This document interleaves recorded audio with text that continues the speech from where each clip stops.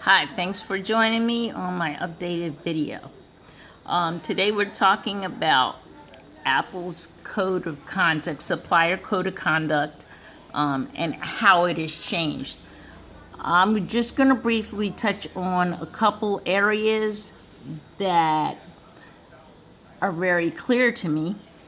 And the first is in 2012. Apple's employees in China worked a 60-plus hour work week. Now, this is in direct violation of China's rules. There is a cap of 49 hours for a work week for their employees.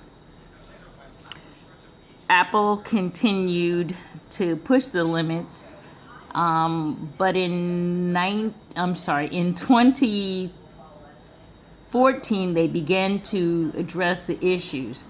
I will even say that they began to address the issues in 2013 according to their code of conduct, but they fell into closer compliance in 2014. So that was the first change in Apple's code of conduct, addressing the 60-hour work week. The second issue was the abuse of interns. All of these issues are in labor,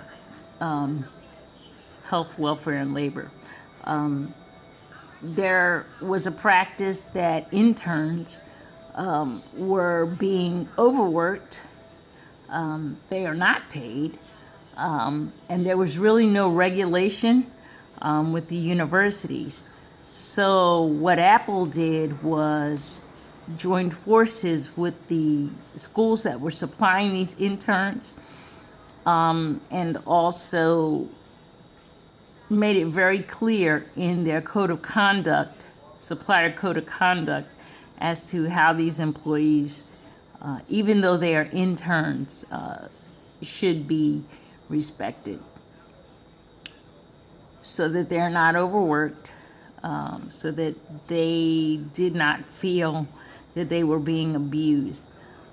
So they enfolded the interns into the regular employees in terms of labor rights.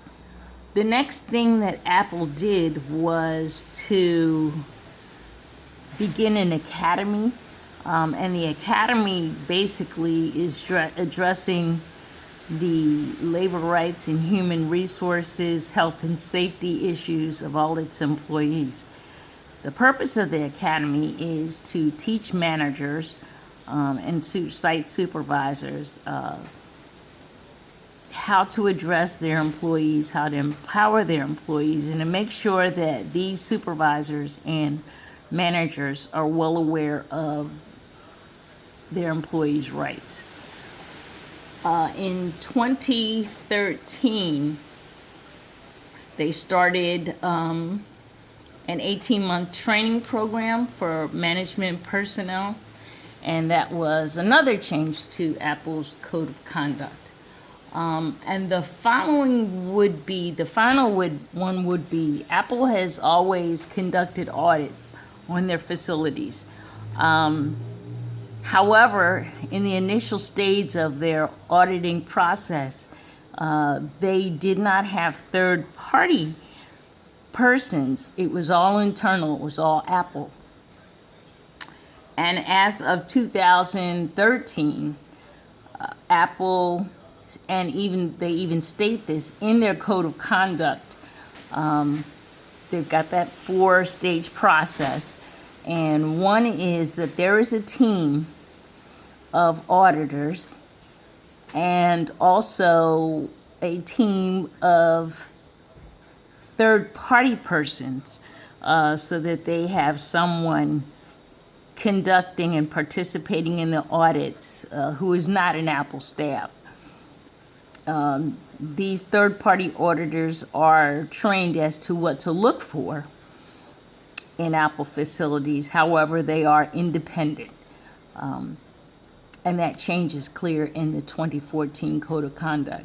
This Apple Supplier Code of Conduct is a work in progress, And as you look at articles and you look at the code of conduct, I would say the biggest changes are visible from between 2012 to 2014. You can really see the difference. They still cover the same areas of empowerment, health and safety, environment. So those areas are still covered, but they go into greater detail. I haven't seen an area that was dropped off of the code of conduct. I only see the way issues are addressed in the code of conduct become more concise, and sometimes they change their focus.